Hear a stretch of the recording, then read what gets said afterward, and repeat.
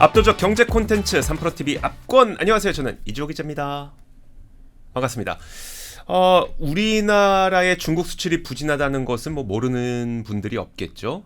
이런 가운데 요즘에 저도 기업들의 실적을 보다 보면 미국으로 수출처 잘 돌려놓은 기업들이 굉장히 실적 좋습니다. 자, 그리고 시장 반응도 상당히 좋고요. 그 실상에 대해서 저희 권순우 취재팀장이 준비하셨습니다. 어서 오세요. 안녕하세요. 3프로TV의 권순우 취재팀장입니다. 이 손은 들지 말라고 누가요? 댓글 엄청 달리더라고요. 귀여운 척하지 말라고. 저희 취재본부 아이콘 아닌가요? 하지 마요. 아유, 내용이 뭐 경제고 어렵고 그러니까 조금 더 그러니까요. 이제 편하게 같이 보시라고 이제 네. 귀여운 척도 좀 하고. 아니 뭘 이렇게 하얀 사람이 뭐 귀여운 척 해봐야. 뭐. 실제로 안 귀엽습니다, 저희 둘은. 그래서 그런 거죠. 네. 자, 근데 안 그래도 요즘에 이제 저도 뭐 기업 실적들 보면은, 지난번에 건설기계. 그것도 사실 중국에서 미국으로 잘 돌려놓은 케이스였었고, 예. 자동차도, 그렇죠. 예. 자동차 그 전장 이런 거는 막 네. LG전자 이런 거 막 그거 하루에 막 10%씩 그러니까요. 막 오르기도 하고. 네. 최근에 봤을 때 그 엔터, 엔터, 네, 뭐 JRP, 뭐 하이브 여기 미국 걸그룹 네네. 데뷔시킨다 그래가지고 그쵸. 또 굉장히 좀 관심을 많이 받았었죠. 미국만 가면 잘 이해한 건지 모르겠네요. 예, 잘 이해를 못하신 것 같은데 네. 인공지능이 이래서 아직 안 되는 겁니다. 그러니까요. 예. 그럼 미국으로만 가면 우리는 성공 흥행 보증 수표가 되는 건가요? 그러니까 이제 우리 고민이 이거잖아요. 지금까지 이제 중국으로 수출을 많이 했었는데 지금 중국이 이제 미국하고 약간 디커플링, 디리스킹을 거치게 되면은 약간 우리의 기본 구도였던 네. 우리가 중간재를 만들고 그거를 중국으로 수출을 하면 중국에서 그거를 완성품을 만들어서 미국으로 수출을 하는 구조. 네네. 그래서 약간 우리는 고부가 중간재를 중국에 납품을 하고 그러면은 이제 중국이 제조를 해서 전 세계로 뿌리는 요 구도가 지금 최근 한 20년 동안 있었던 구조잖아요. 근데 분위기를 보아하니 이게 뭔가 좀 중국에서는 내재화를 자꾸 하려고 그러고 네. 내재화를 계속 하다 보면 한국 걸 안 쓰게 안 되고 쓰죠. 그럼 중국의 내수 시장이라는 게 굉장히 매력적이긴 한데 14억 인구라는 게 매력적이긴 한데 여기서 대박이 났던 것들이 좀 있었죠. 처음에 뭐 화장품 그랬죠. 그래갖고 뭐 K-뷰티가 난리가 났었고 네네. 한때 뭐 현대차도 그 10% 이상 점유를 한 적이 있었고 뭐 삼성전자도 1위 스마트폰 1위 하다가 지금은 다 유명무실해졌죠. 네네. 뭐 삼성전자도 0% 그리고 뭐 현대차도 이제 한 10만 대 파나? 1년에요? 좀 중국 시장에서 어. 굉장히 안 좋아진 네네. 상황이고 그러면은 내수 시장을 타겟으로 한 소비재도 잘 안 되고 네. 중간재도 잘 안 되면 우리는 뭐 먹고 뭐 사냐? 먹고 사나? 그래가지고 고민을 많이 했던 거죠. 이제 그거를 중국이 아니라 그러면은 이제 네. 다른 나라 기업들도 제조업 기반을 중국에서 뭐 포스트 차이나가 어디냐. 네네. 그래갖고 뭐 베트남을 비롯한 인도네시아, 동남아를 보는 사람들도 있고 뭐 인도도 뭐 인구가 워낙 늘어나고 있으니까 그걸 보는 사람들도 있고 뭐 그래서 이제 그럼 우리의 대체 시장에 대한 고민이 지금 있는 상황이죠. 근데 그러던 중에 굉장히 좀 인상적인 표 하나가 최근에 발표가 됐는데 네. 이게 지금 이베스트 투자증권에서 그 내놓은 표고 원 출처는 블룸버그예요. 이게 한국이 중국과 미국향 수출 비중인데 그 위에가 중국이고 아래가 미국입니다. 정반대네요. 정반대죠. 그러니까 예전에는 미국이 한 2000년대 초반까지만 하더라도 미국이 제일 많다가 네. 이게 점점 줄어드는 모습을 보이고 있고 중국은 한 이때부터 시작해서 또 얼마 안 되다가 이게 쭉 올라가는 모습을 보이잖아요. 네. 그러면서 이때가 진짜 우리의 뭐 차화정, 뭐 전차군단 네. 뭐 그래가지고 정말 잘 나갔죠. 네네. 뭐 포스코도 잘 나가고 네. 뭐 석유화학, 조선, 뭐 철강, 뭐 할 거 없이 자동차, 뭐 전자, 뭐 다 잘 나갔잖아요. 네. 모든 걸 만들면 그냥 중국이 다 사준다. 막 그쵸. 이런. 네. 예, 그래가지고 뭐 그런 얘기하다가 어느 순간부터 중국이 뭐 사드 뭐 이런 얘기들이 나오기 시작하고 네. 사드 배치의 한한령 이런 얘기 나오면서 또 이제 중국이 어느 정도 그 내수 산업에서의 경쟁력이 높아지면서 많이들 쇠퇴가 네. 좀 됐었죠. 그러고 있는 가운데 지금 최근의 추세를 보면은 2018년, 19년, 20년 거치면서 되게 급격하게 미국 비중이 늘어나고 네. 중국 비중이 급격하게 줄어들고 있죠. 그러다가 거의 만났습니다. 그리고 우리가 기대하는 거는 네. 가자 이거죠. 제가 기대하는 건 중국도 가고 미국도 가고. 그러니까 이것도 이제 이렇게 가면 좋긴 네, 한데 그쵸. 뭐 이게 안 된다 그러면은 네네. 그래 뭐 그래. 너네랑 좀 같이 하기 싫다. 네네. 너네 포기할게. 네. 너네 그냥 니네 알아서 해. 뭐 니네 뭐 맨날 이렇게 불공정 경쟁이나 하고 우리 거 베끼고. 네. 아이 너네 빼고 우리 또 우방국인 미국하고 이제 잘해보자. 뭐 이런데 딱 이 표가 나오는 순간 오 미국이 가자가 되는구나. 라는 거에 대한 기대가 많이 커져 있어요. 그리고 저 이제 코로나19 거치면서 우리가 이제 미국 수출 비중이 좀 높아지고 자동차 같은 경우에도 점유율이 굉장히 높아졌죠. 네. 현대차, 기아 합쳐서 뭐 10% 넘게 그렇죠. 되고 있었고 거기에 뭐 자동차 부품, 전기차 뭐 이런 것도 굉장히 잘 됐었죠.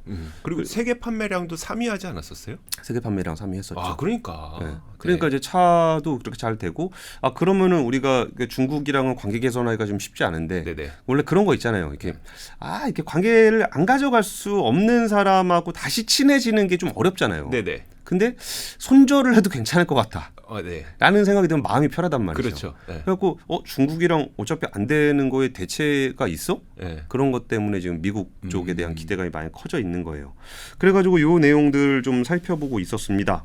근데 뭐 결론부터 말씀드리면은 뭐 방향은 맞는데 단기적으로 그렇게 급격하게 보긴 좀 어려울 것 같다라는 게 결론이에요. 그래요? 사실 이 결론을 좀 숨겨두고 싶었는데 김 빠진다. 네, 김 빠지니까. 네. 근데 왜 그런 지금 상황에 대한 지금 현황을 함께 알아볼게요. 네. 이게 무역협회에서 대중국 수출 부진과 수출 시장 다변화 추이 분석이라고 이거 굉장히 괜찮은 리포트인 것 같아서 오늘 좀 자세하게 소개를 해드리려고 해요.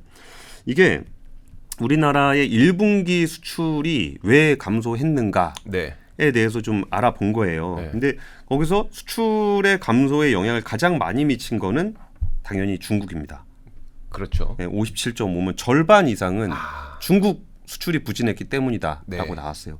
우리가 좀 흔하게 생각했을 때 이제 포스트 차이나 네네. 중국이 잘 안 되면은 그러면 대체 시장이라고 할 수 있는 베트남 네네. 그건 어떨까? 근데 베트남도 19.2.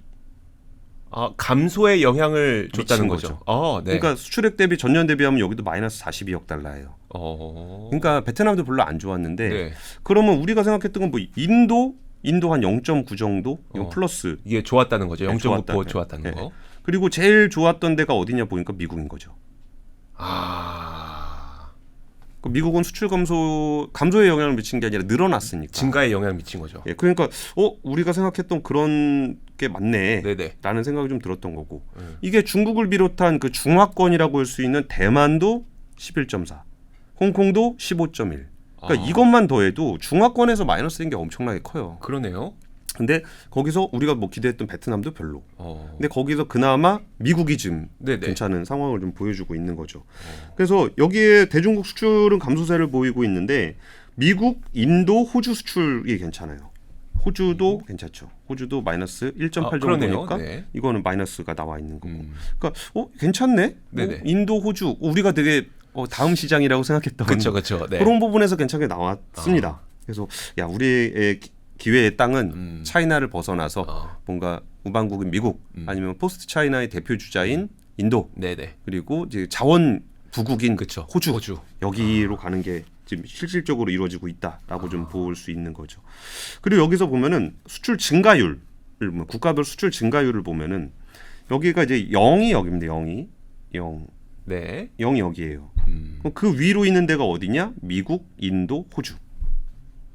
답 나왔네. 네. 그러니까 수출 증가율의 아까 그 비중 영향만 본 게 아니라 네네. 증가율 자체도 이렇게 나왔다라는 거고. 그러니까 미국 같은 경우도 이제 이거는 이제 전체 큰 틀에서 봤었던 거고요. 네. 여기에 이제 그럼 품목별로 한번 살펴보자.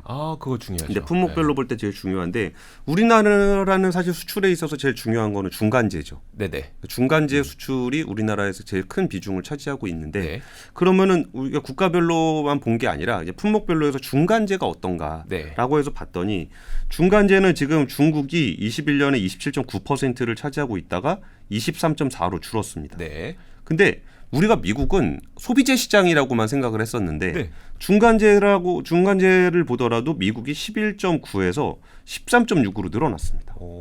저는 GDP의 75%가 소비라고 하니까 공장도 별로 없고 그래서 우리나라가 미국에 중간재를 수출하는 건 아닌 줄 알았는데 오히려 늘어난 거 보니까 있는 거네요. 그러니까 있기도 하고 네. 늘어나기도 하고. 그럼 베트남 우리가 포스트 차이나 베트남 10.7에서 10.3으로 줄었습니다. 그러니까 우리가 예상했던 거랑은 조금은 다른 모양새를 나타내고 있는 거죠. 그러네요. 그래서 이 부분에서 우리가 생각했던 어떤 포트폴리오 부분이 좀 개선이 좀 되고 있나 보다라는 생각을 했던 거고, 소비재 같은 경우도 중국은 11%에서 6.5%로 낮아졌어요. 네네. 그래서 전체 소비재에서 차지하는 비중이. 네. 그리고 미국 같은 경우는 31%에서 35%로 늘었습니다. 그러니까 소비재라고 했을 때 미국이라 그러면 네. 우리가 약간 좀 쫄고 들어가는 게 있습니다. 왜요? 우리 TV도 잘 만들지. 예. 예? 자동차도 잘 만들지. 자동차도 잘 만들죠.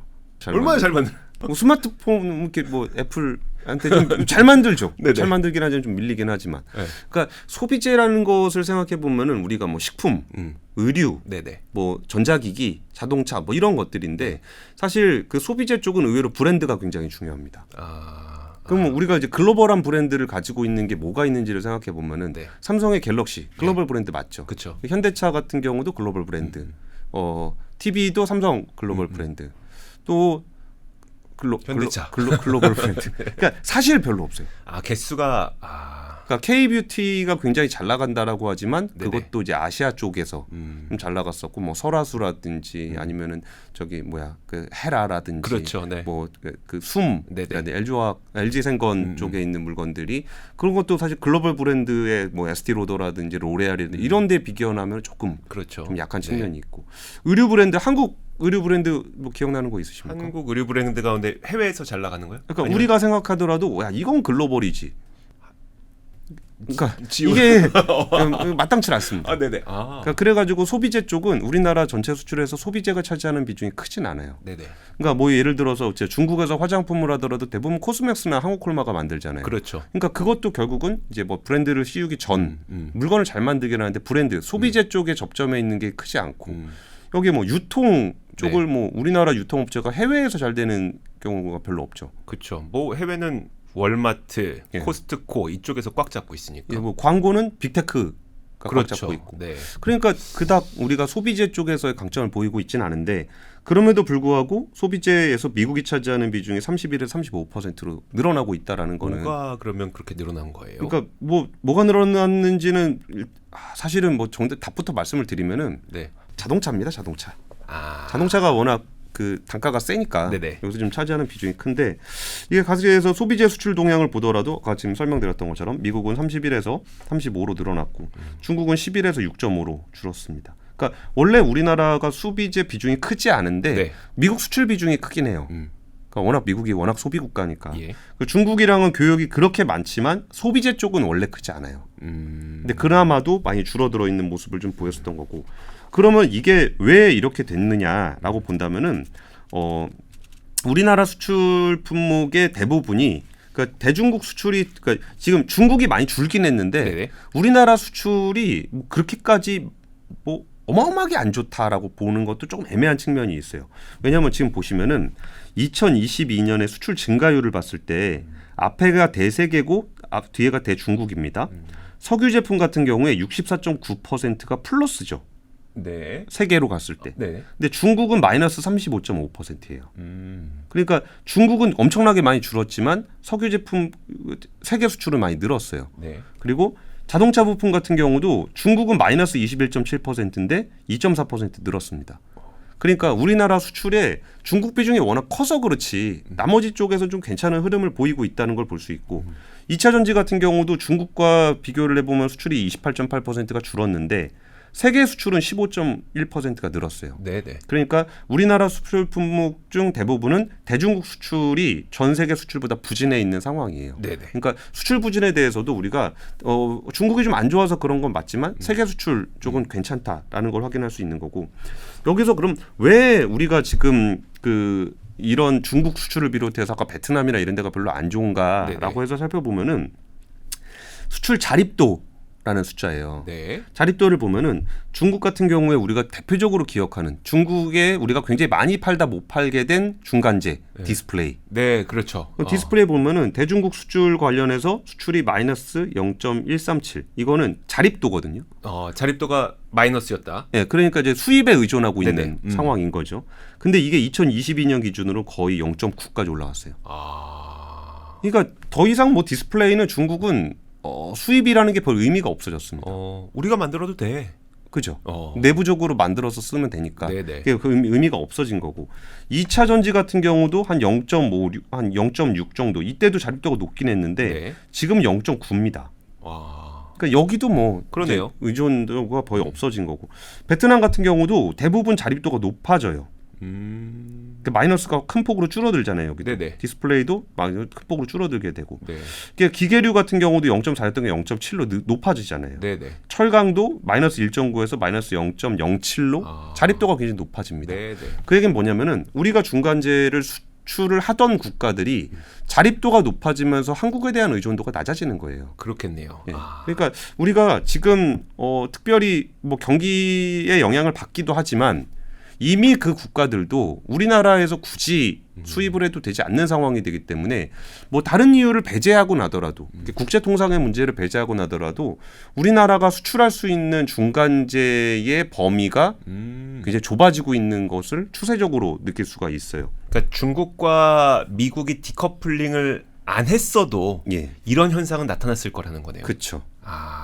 그러니까 여기가 뭐 중국이랑 우리가 사이가 안 좋아서 그렇다 치더라도 네. 그럼 베트남은 그렇죠. 베트남 우리하고 사이가 굉장히 좋잖아요. 좋죠. 네. 근데 그럼에도 불구하고 베트남의 자립도가 높아진다라는 거는 한국이 수출할 수 있는 여지가 좀 줄어드는 게 있고 네. 물론 저런 효과도 있습니다. 이게 한국 기업들이 베트남에 진출을 해버리면 네. 그러니까 우리가 수출하지는 못하죠. 베트남 현지에서 생산하게 되는 거니까요. 예. 네네. 그리고 이제 해외 기업들이 그 아세안 쪽에 투자를 해서 거기다 공장을 만들어 버리면은 우리가 수출할 수 있는 여지가 좀 줄어드는 것도 맞는데 네. 뭐 그런 거 저런 거 다 둘째치고 어쨌든 우리가 지금 수출 줄어들고 있는 것의 원인이 단순하게 통상 문제, 글로벌 경제 둔화도 있지만 지금 우리가 주로 수출했던 중간재를 수출했던 국가들의 자립도가 높아지고 있다라는 것들도 이렇게 영향을 미치고 있는 거예요. 그래서 주요국의 중간재 대세계 수입 연평균 증가율을 보면은 여기서 제가 뭘 보여드리고 싶은 거냐면은 기술 수준에 있어서 저위, 중위, 고위로 보면은 네. 고위 쪽은 괜찮다는 거예요. 고위 요 색깔.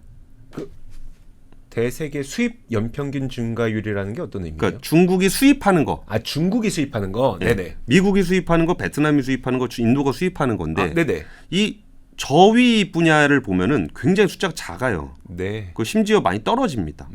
그러니까 이 부분에 대해서 고위로 높여줘야 되는 거니까 중간재를 어디다 수출을 할까 했을 때 중국은 이제 끝난 것 같으니까 베트남이나 인도로 가자. 안 먹힌다는 거죠. 그것도 안 되는 거네요. 예. 여기서 이미 여기서도 미국 같은 경우도 이제 그 숫자가 굉장히 낮게 나오잖아요. 네네. 2016년에서 22년의 수출 증가율을 보면 증가율이 뭐 4.2% 정도밖에 안 되는 거니까.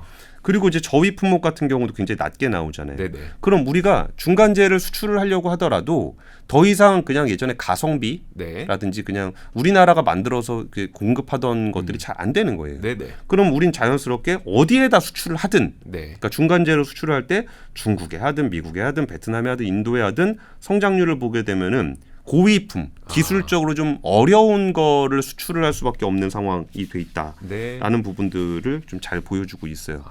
그래서 지금 아까 그 미국과 중국의 어떤 그 격차를 보더라도 네네. 소비재 쪽이 강한 미국에서는 좀 올라오는 모습을 보이고 중간재를 주로 하는 중국에서는 낮아지는 모습을 보이는데 네. 우리가 흔하게 생각했던 포스트 차이나라고 생각했던 인도나 베트남을 가려고 하더라도 그냥 기존의 중국 시장을 그대로 대체하는 걸로는 의미가 없다. 네네. 여기서도 내재화율이 높아지기 때문에 기술적으로 좀 더 높은 품목으로 해야 이 연평균 증가율이 높아지는 분야를 투자를 할 수 있게 된다는 거예요. 사실 저는 그럼 중간재 수출을 하지 말고 이제 소비재로 가야 되나 막 이런 생각을 했는데 그런 게 아니라 중간재 가운데서도 기술적으로 어려운 품목들을 선택해서 그쪽을 우리가 조금 더 키워요. 육성해야 되는.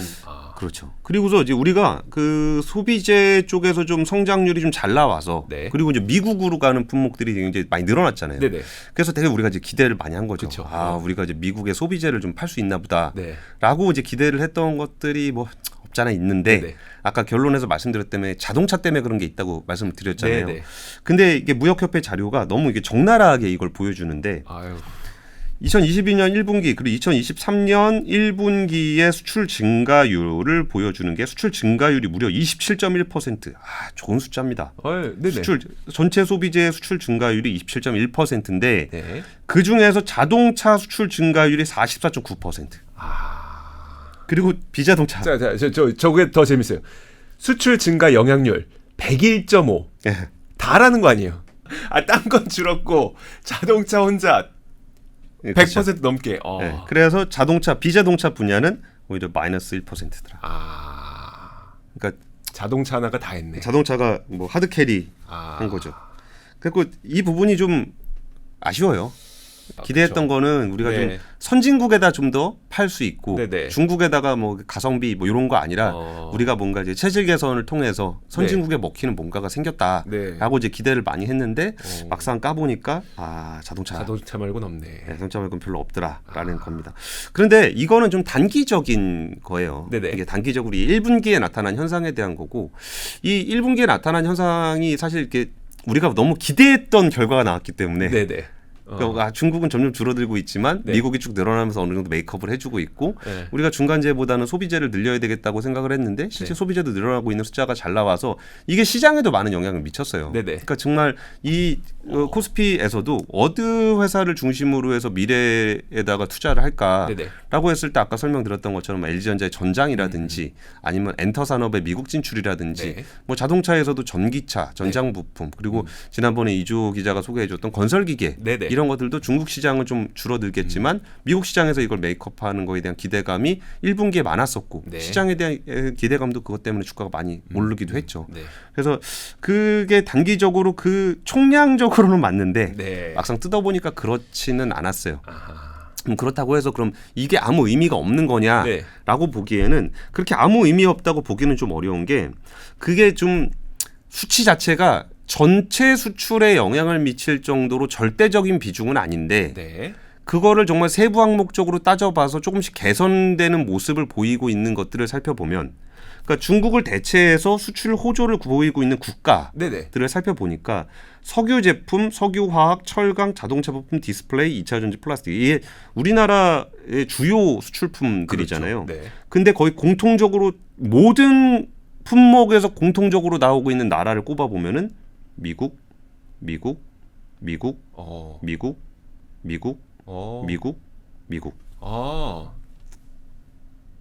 저 말은 그러면 이제 우리가 전체 수출을 따지다 보니까 워낙 국지가 큰 품목만을 보면 자동차가 맞는데, 그렇죠. 총량으로 보면 자동차가 맞는데 실제로 중국을 대체해서 미국에서 수출 잘하고 있는 품목들을 보면 석유 제품, 석유화학, 철강, 자동차 부품, 디스플레이, 2차 전지, 플라스틱 제품 다 잘하고 있긴 하다는 얘기네요. 그러면서 세부적으로 봤을 때 중국을 대체해서 수출 호조를 보이고 있는 국가를 보니까 미국이더라. 그러니까 이게 저런 측면이 분명히 있어요. 그러니까 우리가 이거를 왜 기대하냐면은 지금 글로벌 디리스킹 이 이루어지게 됐을 때 이렇게 큰 그림으로 보게 되면 중장기적으로 그 미국은 점점 중국에 대한 무역 의존도를 낮추려고 해요. 그러니까 미국 내부에 그 제조 시설을 갖춰서 일자리도 만들고 이거를 좀 타겟으로 하고 있잖아요. 그러면 지금은 공장 짓고 뭐하고 하느라고 미국에서 계속 수입을 해오고 있는 상황이긴 하지만 뭐 작년만 하더라도 뭐 미중 교역량은 세상 최고치를 넘었잖아요. 그런 거 보면서 야 미중이 맨날 말만 하지만 교역은 계속 한다라고 해석을 할 수도 있지만 그것이 아니라 지금 어떤 쪽에 교역이 늘어나고 있는지를 살펴봤을 때 미국이 예전에 그 석유 많이 수입하다가 석유 수출국이 된 것처럼 여기서 지금 캐펙스 투자, 그러니까 공장 투자를 할 때 부자재를 중국에서 많이 사오고 있긴 하지만 이게 몇 년이 지나서 미국의 어떤 공장들이 설립이 되고 나면 아무래도 여기에 대한 의존도가 낮아질 거라고 생각을 하는 거예요. 그렇겠네요. 그리고 또 하나는 중국 같은 경우는 이거를 만들어서 파는 게 목적이었기 때문에 미국에 파는 게 목적이었기 때문에 우리 거를 많이 사가죠. 그리고 그걸 많이 사가서 중국에서 가공을 해서 미국에다 팔았는데 미국에다 못 팔게 되면 그걸 어디다 팔아야 되느냐라고 본다면 일단 첫 번째 제일 눈에 보이는 타겟 자기 시장이죠. 그럼 자기 시장에 물건을 많이 팔아야 되고 자기가 생산한 물건을 많이 팔아야 되는 내수 시장을 본다면 한국 제품이 중국으로 들어가는 비중은 낮아질 수밖에 없어요. 그렇겠네요. 그러니까 이게 원래 우리가 만들어서 중국으로 보내면 중국에서 미국으로 수출을 해야 되는데 네. 이 고리가 양쪽으로 끊겨버리게 된다라는 거죠. 어. 그것 때문에 우리가 그러니까 중국이 아니라 다른 시장을 봐야 된다라고 얘기를 하고 있는 거고. 네. 그럼 중국이 기대하고 있는 시장은 또 그 자기네 내수 시장 외에 1대1로 시장이 있잖아요. 그렇죠. 그러니까 자기네 어떤 좀 그래도 친한 국가들, 네. 그러니까 돈 빌려준 국가들을 그쵸, 중심으로 해서 그쪽에 좀 해보려 그러는 건데 그러면 우리가 포스트 차이나라고 해서 개발도상국들을 살펴보면 중국이랑 관련이 다 있어요. 그렇겠네요. 그럼 거기서 중국 제품도 그쪽으로 많이 들어갈 건데 네네. 그럼 우리가 그 1대1로 국가들한테 물건을 많이 팔 수 있을까? 아. 라고 했을 때도 약간 퀘스천이 있는 거거든요. 네네. 그래서 우리가 지금 그러면은 미국 그 좀 구매력이 좀 있고 네. 우리하고 좀 우호적으로 오래 갈 수 있는 국가가 어디냐라고 했을 때 미국을 바라보고 있었던 거고 단기적으로 총량은 그렇게 좀 우리가 기대했던 대로 나왔는데 세부 항목을 뜯어보니까 별로 아니었다는 거잖아요. 네네. 그럼에도 불구하고 그 세부 항목에 더 세부 항목을 들어가 보면 이게 전체 통수출에 영향을 줄 정도는 아니지만 여기서 비중이 옮겨가고 있는 거에 주요 국가가 미국인 거는 맞더라. 네네. 좀 얘기가 조금 복잡하고 난해하긴 하죠. 네. 그래서 이게 단기 중장기를 봤을 때 이 단기적인 부분에는 약간의 착시 효과가 있지만 네네. 분명히 거기서 맹화가 트고 있다. 이 부분에서 기업들이 지금 그 준비를 하고 있고 이거를 옮기려는 그런 움직임들을 지속해 왔고 네네. 그거에 대한 결과로 중국 대체 수출 호조 국가를 미국으로 타겟을 삼아서 많이 움직이고 있는 것은 이렇게 나타나고 있더라라는 얘기예요. 사실 지금 보고 있는 건 결과고 이거를 미리 인지하고 있었던 기업들은 몇 년 전부터 진행해오던 상황이라는 거잖아요. 그렇죠. 그러다 보니까 중국을 대체할 수 있는 국가로 우리가 생각했던 대로 미국 우리나라 기업들도 몇 년 전부터 이걸 준비를 해서 계속적으로 조금씩 늘려왔겠죠. 그러다 보니까 중국 대체 수출 호주 국가가 이렇게 나오더라. 그런 거 생각해 보면 참 우리나라 기업가들도 예. 존경스러워요. 그러니까. 우리 이거 지금 보세요. 뉴스 나오고 그리고 무역협회에서 자료 해줬으니까 우리가 보는 건데 예. 기업가들은 이거 지금 몇 년 전부터 다 준비하고 있었던 거잖아요. 그러니까 계속 해온 거의 결과물이 이제 조금 그렇죠. 결과물을 지표로 살짝 보이게 되는 거고 이 부분에 대해서 좀 늘어날 수 있는 부분이 중장기적으로 나타난다면 우리가 처음에 기대했던 그렇죠. 그 효과가 나타난다는 거죠. 그냥 뭐 자잘하게 보면은 이게 그럼 전년 대비 수출액 증가 품목을 봤을 때 이거 보면은 기타 기계 업종 지난번에 설명하셨던 것처럼 그게 여기에 들어가요? 네, 방산용 뭐 이런 것들 나오는 거고 2차 전지 양극재 거기 배터리 회사들 많이 들어가면서 양극재 소재 한국에서 수출되는 거 많이 늘어나고 있고 스마트폰 톨로에는 석유화학 제품이고 전기차고 이거는 우리가 생각했던 그대로입니다. 이베스트 투자증권에서 리서치를 한 건데 그럼 전년 대비해서 수출액 증가한 게 뭐가 있는데 라고 해서 탑5를 해봤더니 이런 품목들이 많이 증가를 해요. 근데 우리가 반도체 줄어든 거에 비하면 이런 품목들이 잘 안 보여요. 그렇죠. 그냥 규모가 작으니까. 늘어나봐야 뭐 2배 266% 해가지고 저거 거의 3배 넘게 늘어난 거예요. 3배 넘게 늘어난 건데 그렇다고 해도 이게 눈에 그 수출 지표의 비중을 차지할 정도가 아니기 때문에 안 보이긴 하지만 이런 것들을 진짜 건설기계 회사들이 거기다 딜러망 만든다고 여기저기 다니면서 열심히 영업을 하고 다녔잖아요. 그렇죠. 그거에 대한 결과물이 이렇게 나오고는 있다라는 부분들을 말씀을 드리는 거고 그리고 이제 그럼 우리나라 국가 단위에서 수출을 증가시킬 품목들을 어떤 건지를 살펴보면은 지금 수출 호조를 보이고 있는 거는 전기차, 양극재, 항공유, 히트펌프, 바이오시밀러. 이거 우리나라가 꽤 오래전부터 준비해왔던 그런 비즈니스들인 거고 지속적으로 성장하는 품목을 보면은 고성능 메모리 반도체. 그러니까 메모리 반도체 자체는 그렇게 눈에 띄게 나타나지는 않지만 HBM 이게 저기잖아요. 그러니까 인공지능에 들어가는 메모리 반도체잖아요. 그런 거하고 투명 OLED, 그러니까 차세대 OLED라고 불리는 그런 투명 OLED, 아라미드 섬유 이런 것들도 이제 그 차세대 섬유 각광을 받고 있는 거고 바이오 플라스틱, LNG선, 탄소 섬유 이런 부분들이 지금 전체 수출에서 미치는 영향, 그 기업의 전체 매출에서 미치는 영향은 크지 않지만 이 부분들이 점점 확대될 수 있는 품목들이 점점 이게 나라에서 이걸 보고 있는 거예요. 그리고 이것들은 뭐 나라에서 이걸 정해준 건 아닐 거고. 그러니까 기업들이 앞으로 수출 계속할 수 있는 게 뭐가 있습니까? 그럼 우리가 메모리 반도체 중국에 못 팔면 우리 끝났다. 그게 아니라 또 준비되고 있었던 HBM 같은 게 있는 거고. 여기서 야 우리 벌크선이니 탱커니 중국에 다 뺏긴 것 같아. 근데 LNG선은 우리가 잘하고 있다. 이런 거죠.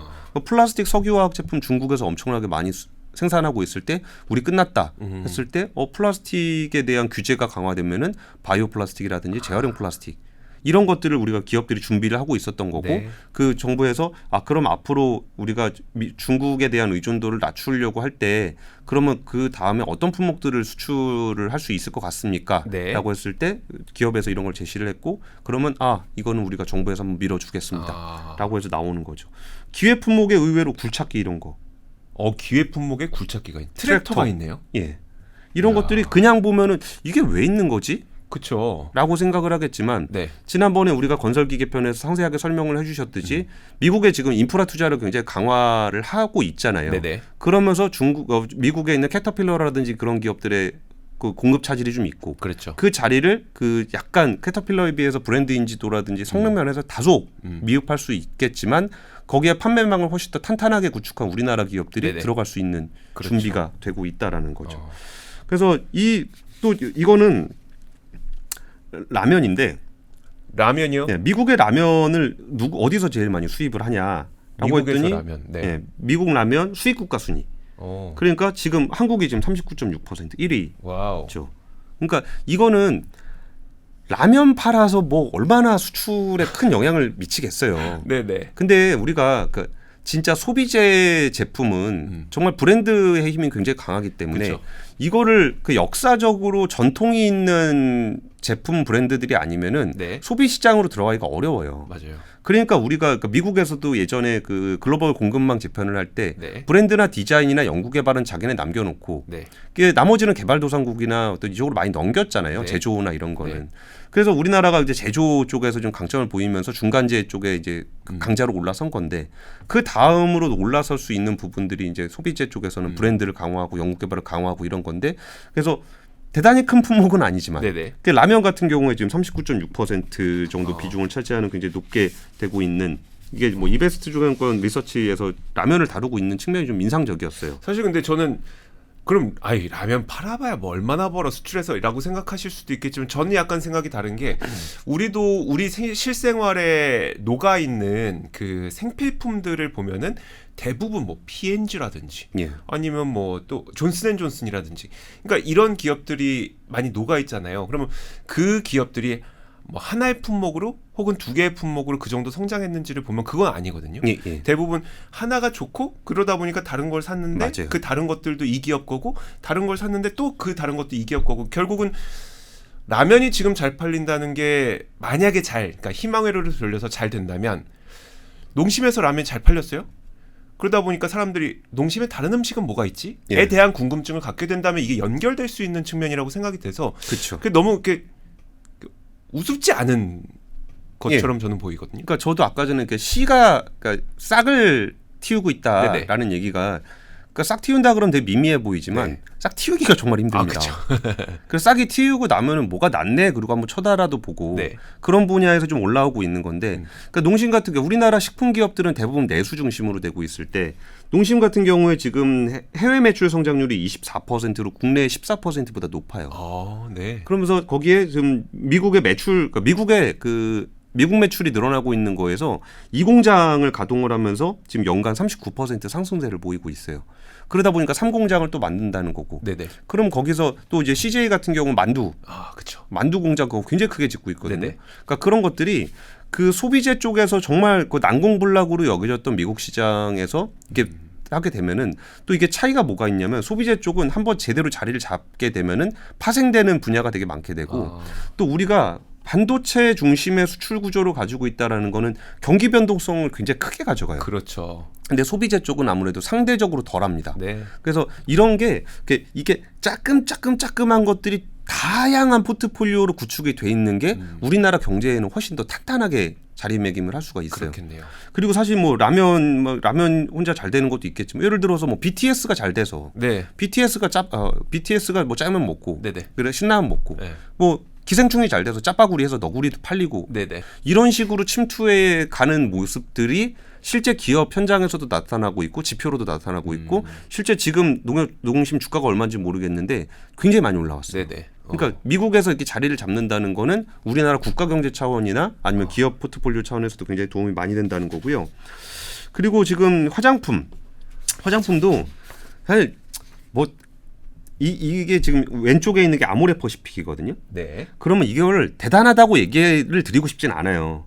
이게 지금 아래가 아시아고 네. 이게 위에가 북미거든요. 네. 그러면 아세아에서 3,800억 정도 하던 게 2,700억으로 거의 1,000억 가까이 줄었어요. 네네. 마이너스 27%가 됐는데 북미 쪽에서는 348억 원 하던 게 628억 원으로 플러스 80%가 됐습니다. 아, 좋긴 좋은데. 예, 그러니까 빠진 게 1,000억인데 올라간 게 한 300억이 좀 안 되니까 네네. 결과적으로 마이너스도 맞고 전체 매출도 줄어든 건 맞는데 북미 쪽에서 이렇게 성과를 내고 있는 거는 기업들이 그쪽으로 시장 전환을 계속 시도하고 있다라는 거고 네. 거기에 대한 성과가 조금씩 나타나고 있는 거다라는 얘기를 좀 드리는 겁니다. 네네. 그리고 이게 중국 같은 경우는 내수 시장이 없는, 그러니까 자기네 화장품 시장이 없는 상황에서 K뷰티가 떴고 그렇죠. 그 다음에 내수 기업들이 이걸 잠식하면서 시장을 뺏겼잖아요. 네네. 근데 미국 시장 같은 경우는 이미 거의 완전 경쟁 시장에 가깝기 때문에 그렇죠. 여기에 파고들기도 어렵지만 네. 파고들었을 때 갑자기 한국 화장품이 잘 팔려? 미국 화장품 회사를 새로 만들어야 돼. 이러진 않는다는 거죠. 그렇죠, 그렇죠. 네. 그러니까 경쟁을 해서 뚫고 들어가기가 어려운 거지. 뚫고 들어갔을 때는 이게 정말 한 가지 이벤트로 이 회사가 망가지거나 그러진 않을 거라는 거고 이게 LG생활건강 같은 경우에도 해외 지역 매출을 보면은 여기서 중국 매출이 마이너스 14.1%를 기록한 건 맞아요. 네. 근데 북미 매출이 21.1%가 올라요.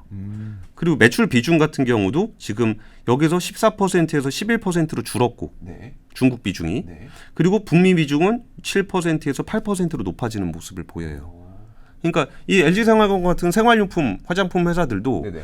중국 비중을 줄이는 거에 타격을 입고는 있지만 네네. 해외 매출, 특히 북미 매출을 늘리기 위한 노력들을 계속적으로 하고 있고 이게 지금 절대 수치에선 잘 안 보이긴 하겠지만 분명한 성과를 내고 있다라는 거죠. 그래서 이 부분이 좀 저는 우리가 포스트 차이나로 물색을 하고 있는 부분들이 약간은 피해가는 측면이 있어요. 그러니까 정면 승부를 하기보다는 네. 그냥 옛날에 그러니까 우리 하던 방식 그대로 했을 때 먹힐 때가 어디 있을까? 네네. 아, 그렇죠. 네. 왜냐면 지금까지 사업을 20년 동안 해왔는데 예. 그 사업의 방향을 순식간에 바꾸기는 쉽지 않잖아요. 그러니까 중국에다 팔다가 네. 중국에 안 팔리는데 이 물건 그대로 갖다가 또 안 되죠. 그러니까 뭐 베트남이나 그 동남아 생각할 때 우리나라 뭐 한 90년대쯤 그거 갖다 팔면은 팔리는 나라 없나? 아, 이런 식의 생각을 많이 하는 거예요. 네네. 그러면 자꾸 이제 경쟁을 피하려고 하고 이런 게 뭐 이른바 블루오션을 찾아가 보려고 하고 그러는데 이게 사실 그렇게 되는 곳이 별로 없습니다. 왜냐하면 막상 가보면은 네. 그러니까 물건이 많이 안 팔리는 나라는 네. 그럴 만한 이유가 있는 거예요. 뭐 대표적인 이유로 구매력이 약하죠. 네네. 그러니까 구매력이 높은 나라는 그만큼 경쟁이 치열해요. 그리고 이제 제조업 기반이 잘 돼 있는 나라여야 중간재가 들어갈 건데 네. 그러면 중간재를 제조업 기반이 잘 돼 있는 나라에 들어가면 처음에는 잘 될지 모르겠지만 그 나라들도 알죠. 이거 뭐 별로 어렵지 않은 거는 내재화시키는 게 훨씬 낫다라는 걸 알기 때문에 금방 또 따라잡혀가지고 쫓겨나게 되는 그런 일들이 생겨요. 그래서 이런 것들이 좀 겹치다 보니까 우리가 단기적으로 이거를 바꾸기는 쉽지 않아요. 네네. 근데 미국은 뭐 여전히 자동차를 제외하면 큰 대체 효과를 보이고 있지는 않지만 뭐 화장품이라든지 식품 분야에서 이 정도의 어떤 성과들이 나타나고 있고 방향을 잡고 있고 기업에 대한 투자가 이루어지고 있다라는 거는 긍정적으로 좀 지속해야 되는 측면이 분명히 있는 것 같아요. 그래서 지금 사실 그 이슈도 있어요. 중국의 수출이 많이 늘어났어요. 3월, 4월에 제조업 중국 수출이 많이 늘었습니다. 근데 한국은 많이 안 늘었어요. 아, 네네네. 그래가지고 야 이제 우리가 중국 수출이 늘어도 우리는 끝났다라고 얘기하시는 분들도 있어요. 그러니까 네네. 이게 좀 더 아까 제가 설명드렸던 디커플링을 훨씬 더 가속화시켜야 된다라는 것도 있는데 사실 꼭 그렇지만은 않은 게 중국은 그 전년 동기 대비니까 네. 그 전에가 상하이 봉쇄가 있었던 그랬죠. 정말 네. 코로나가 심각했던 때라 기저효과가 굉장히 커요. 작년에 수출을 하나도 안 했는데 예. 올해 수출을 조금 해도 되게 높게 나오는 거죠. 그렇죠. 네. 그러다 보니까 중국이 수출이 많이 늘어난 것처럼 보이겠지만 기저효과가 있는 거고. 그러면 한국은 중국의 기저효과를 그대로 받고 있지는 않잖아요. 그렇죠. 그러니까 중국이 늘어난 것만큼 우리가 수혜를 못 받는 것도 있어요. 그 얘기는 뭐냐면은 아까 우리가 처음 기대했던 것처럼 네네. 중국과 우리가 단절이 됐는데 미국으로 하니까 잘 되더라. 아, 네. 근데 중국이 좀 쟤는 잘 되더라도 우리는 안 되는 거 보니까 우리랑은 끝났나 보다. 네네. 그 정도는 아니라는 말씀을 좀 드리고 싶은 거예요. 아, 그러니까 우리가 안 늘어난 거는 중국도 안 늘어난 거다. 네네. 아, 그리고 중국의 그 경제 성장 쪽에서 좀 잘 된 부분들은 전자제품을 비롯해서 우리의 그 메모리 반도체가 팔리는 고기가 잘 된 건 아니어서 그래서 그런 거지 중국이랑 디커플링 그 정도까지 심한 것도 아니고 미국으로 잘 되고 있는 것도 그렇게까지 대박은 아니다. 하지만 중국이랑 여기서 좀 중간재라든지 소비재 쪽에서 포트폴리오 분산시키려는 노력들은 분명히 있었고 네네. 그것들이 개별 품목별로 살펴봤을 때는 미국으로 옮겨가는 것들이 꽤 많이 있었다. 그리고 비중적으로는 작지만 성장률로 보게 되면은 네. 미국향 수출이 꽤 많이 늘어나고 있다라는 얘기를 좀 드리고 싶은 겁니다. 앞서 그거 다시 한 번만 말씀해 주시면 안 돼요? 미국 내에서 만들어서 본인들도 쓰고 수출도 하려고 지금 공장들을 미국에 만들고 있고. 예. 그러니까 지금 중국에서 뭔가 사오는 것 같지만 예. 결국은 나중에 중국 거 잘 안 살 거고. 그 중장기적으로. 네, 중장기적으로. 중국은 어떻게 한다 그랬죠? 중국은 어차피 만들어서 미국에 팔던 걸 못 팔기 때문에 네. 내수 시장에다가 많이 팔아야 되는 게 있고 네. 그다음 1대1로 네. 그쪽 1대1로. 1대1로 라인으로 팔아야 되는 건데 네. 그러면 우리는 사실 중간재를 중국에 넣어서 미국에다 팔던 건데 네. 그러면은 이제 중간재를 중국으로 못 들어가게 되면 네. 왜냐하면 내재화를 다 시킬 그렇죠. 거니까 네. 우리는 그러면 미국에다가 팔 때 네. 미국에 있는 공장에다 중간재를 팔든 아니면 직접 중국에서 만들어서 팔던 소비재를 네. 우리가 직접 만들어서 팔든 미국에 팔든. 그거를 가야 되는 거니까 그럼 중간재를 만들더라도 훨씬 더 고부가 고기술에 있는 중간재를 만들어야 되는 거고 네. 소비 시장에서도 예전에는 중국의 중저가 품목을 만들어내는 걸로 미국 소비를 했었다 그러면은 네. 우리가 미국 시장에 직접 진출을 해야 되니까 이거를 글로벌 탑 경쟁을 해야 된다라는 거예요. 네네. 그거를 뭐 가성비로 빠져나간다거나 이럴 수 있는 방법이 별로 없기 때문에 우리는 미국 시장에서 먹히는 제품을 팔아야 되는 거고 결과적으로 살펴보면은 중국 시장에 뭐 얼마 전에 그 이선엽 이사님 네네. 중국 갔다 온 얘기하는 거 들어보니까 뭐 그렇게 일본을 싫어하면서도 일본 물건 다 사더라. 네네. 그렇게 미국이를 욕을 하지만 다 애플 쓰더라. 그 얘기는 우리가 어차피 중국 시장에 진출을 하려고 하더라도 미국 시장에서 먹히는 소비재를 가져가야 중국에다 팔 수 있는 거고 미국 시장에다가 팔 수 있는 중간재를 만들어야 베트남, 인도에도 팔 수 있는 그런 구조가 되고 있다라는 거죠. 그래서 그러니까 단기적으로 그 모습이 눈에 띄게 나타나는 건 아니지만 네네. 여기에 대해서 움직임이 있다라는 것의 시그널들은 충분히 나타나고 있더라라는 얘기를 좀 드리고 싶습니다. 뜬금없는 얘기인데 우리가 선진국이 되어가니까 그렇게 되는 거 아니에요? 그러니까 그게 이게 너무 예리하게 들어오셨는데 이게 어쩌면 되게 당연한 답입니다. 원래 그러니까 뭐 국제 통상의 미중 분쟁이 어쩌고 뭐 디커플링이 디리스킹이니 이런 문제가 아니라 네.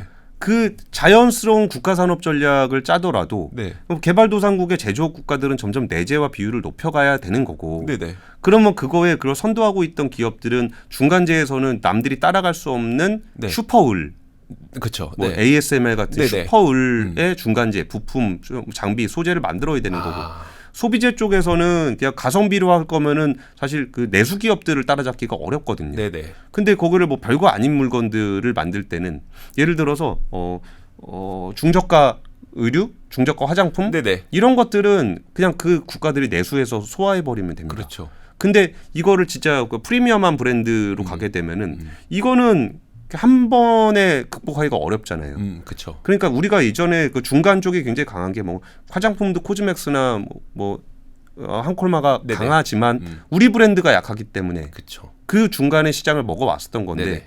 이거를 그 브랜드가 중국 브랜드로 그냥 싹 도배를 해버리니까 물건은 우리가 만들더라도 마진이 큰 쪽을 못 먹는 거잖아요. 그렇죠. 네. 그리고 그런 부분들이 있다 보니까 미국 시장에 잘 못 나갔던 거고. 그래서 그거를 지금 구조가 바뀌었으니까 오히려 우리는 좀 더 선진국이 된 거에 걸맞은 네. 기술과 브랜드 이런 것들을 좀 추구를 해야 된다라는 거죠. 너무 뿌듯한데 오늘 얘기 들으니까 물론 지금 분명하게 나타나고 있는 거는 아닐 수도 있다. 총량으로 보면은 네. 그렇진 않더라. 근데 그 경제 구조 그리고 산업 구조 자체가 선진국으로 변해야만 살아남을 수 있다는 거는 예. 우리나라가 선진국이 되어 가고 있다는 말에 예. 다른 표현이니까 그리고 되게 어떻게 뿌듯하긴 보면은 하네요. 예전에 그 미국이랑 중국이랑 갈등을 빚기 전에도 네. 이 흐름들은 있었어요.